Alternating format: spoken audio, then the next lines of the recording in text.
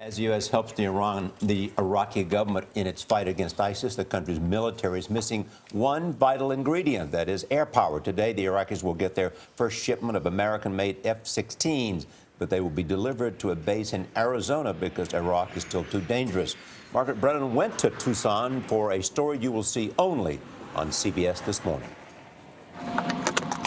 Meet the next top gun of the Iraqi Air Force. Your instructor told us you're pretty much ready. You could be flying a mission. I can go today if they want me to. Mohammed Hama is head of his class at one of America's premier schools for fighter pilots, run by the Air National Guard in Tucson. He's learning how to fly F-16s, the American-made $60 million fighting machines with speeds of over 1,500 miles per hour. Being up there is, I can't describe it to you. You got to be up there so you can feel the rush. Captain Hama is practicing on jets in Arizona because the air bases where he'd train in Iraq are under attack by ISIS. The 36 F-16s that the Iraqi government just purchased for nearly $7 billion will be stationed here until security improves. Chaff flare pin is in and a full bucket. Flight instructor Julian Pacheco is fine-tuning the Iraqi pilots. Students log 300 hours of flying time, learn how to conduct bombing raids, proper body position for ejection, and what to do if they're shot down. Do you feel like you're building an Iraqi Air Force from the ground up? We certainly are.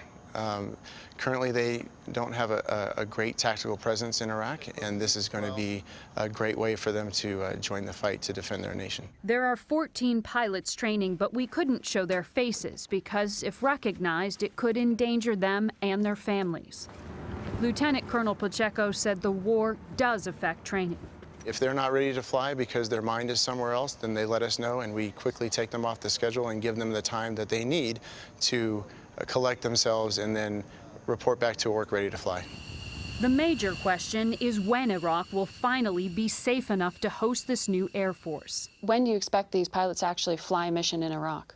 I don't know, ma'am. That's above my pay grade. As the wing commander, I have a lot of duties. Commander Phil Purcell oversees training on base.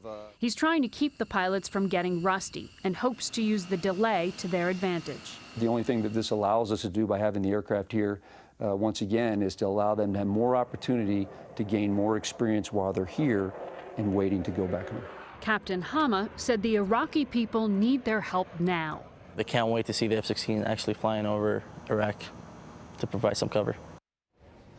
Now, we were obviously given clearance to show you Captain Hama's face. He's from a well-known Iraqi family. But this story shows you the conundrum here. Iraq can't control its own airspace, and without troops on the ground, it can't house the pilots or their new jets. And that jeopardizes any Iraqi-led offensive against ISIS.